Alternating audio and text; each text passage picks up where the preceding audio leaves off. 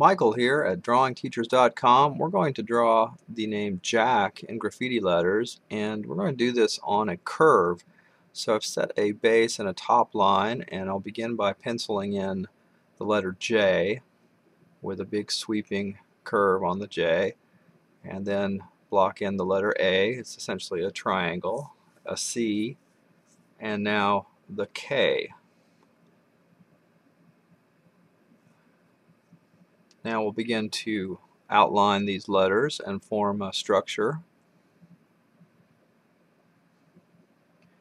A large curved rectangle, and then going to have a thick end to this and make the part that connects rather narrow. Now following the curve of that bar on the J to line up with the A, I'm going to draw the A right in there, and also use the base curve there from our bottom line. And just pencil in the center part of the A. And we'll be connecting the J to the A there. Now for the C, I want to have a curve that reflects well off the J and then also somehow connects up to the K. So you see you've got the curve of the J there and the curve of the C. They sort of mirror each other. Trying to work a little thick and thin into the letter. And we'll have that bridge over and connect there on the K. Now we'll kick an arrow off on this part of the K, and I'll try to work the lower part of the K here.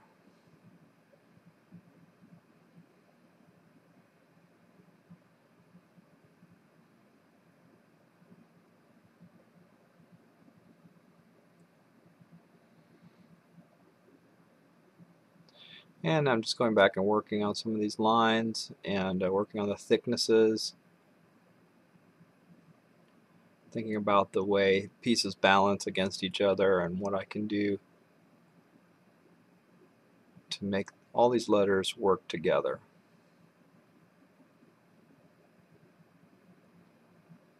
We're adding some serifs to the A, and with some serifs here on the J. Connect that.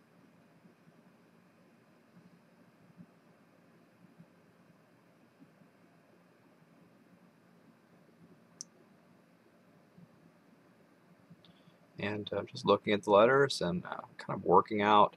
I feel like that part of the J is too long, so I'm going to shorten that up.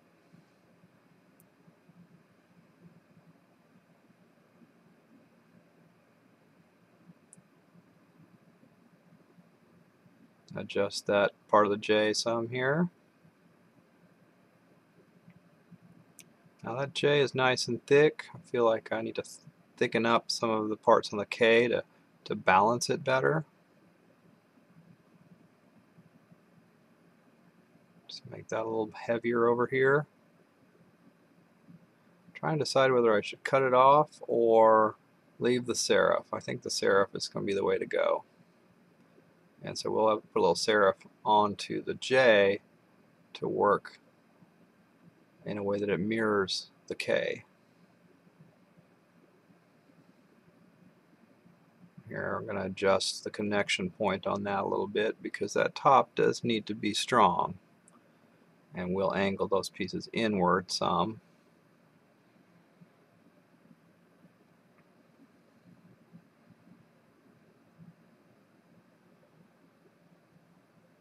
And when you're doing letters, you just have to keep working the parts of them till you feel like the letters all balance out really well.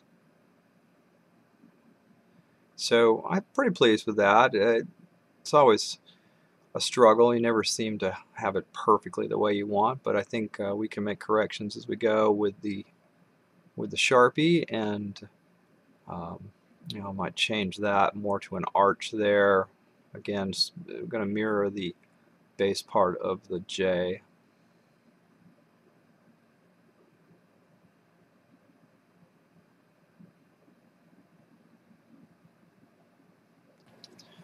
Okay, now let's get our Sharpie out and just go ahead and outline all of this drawing work we've done. And I've gone ahead and cranked this up to high speed so that we don't spend a great amount of time following me markering. The important things here are just to keep your hand loose and turn the paper if you need to get a good line.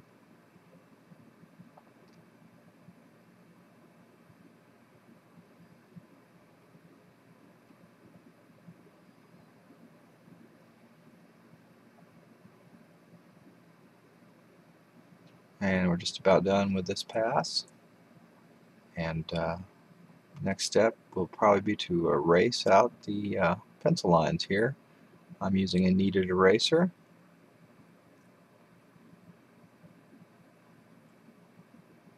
And now come back in and draw a drop shadow. And I will shade that with little lines as we go.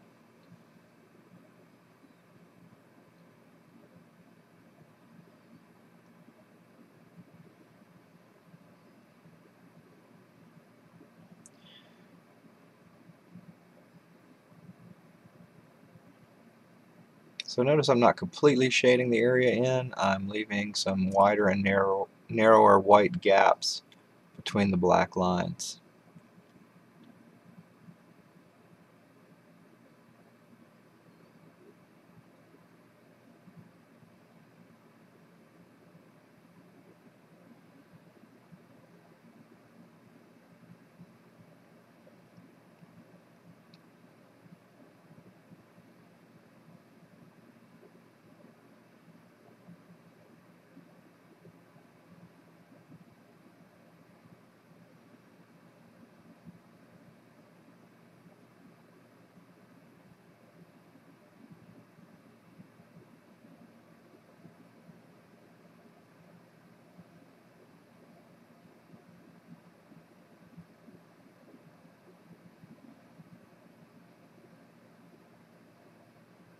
And there we have our outlined, drop shadowed and outlined piece of art.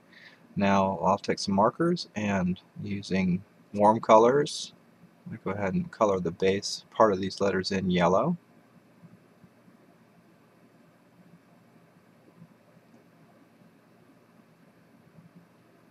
So the lower half is yellow, and I'll come around the upper half and just do an outline on the inside of the letter edge.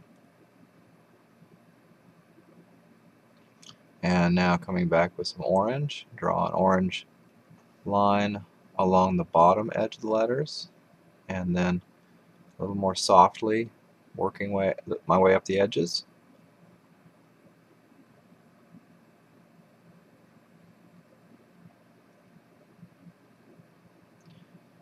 And now doing some light shading. This marker is a little dry, so that actually works to my advantage. Now you could stop there, or if you'd like, you can add a little color to the top. I'm going to use a little colored pencil to just put a little bit of blue, soft blue, and it'll mix with that yellow up there. And then we'll take a little bit of a green marker and just pop some green up there.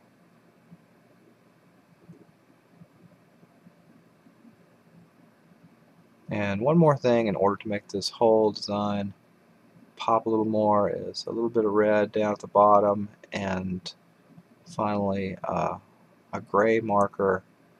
I'm going to just run around the edges here and almost give the outline itself a little drop shadow, but really just going all the way around it. And we're going to call that done. I hope you enjoyed this lesson, and we'll check out our other lessons. Thanks for watching.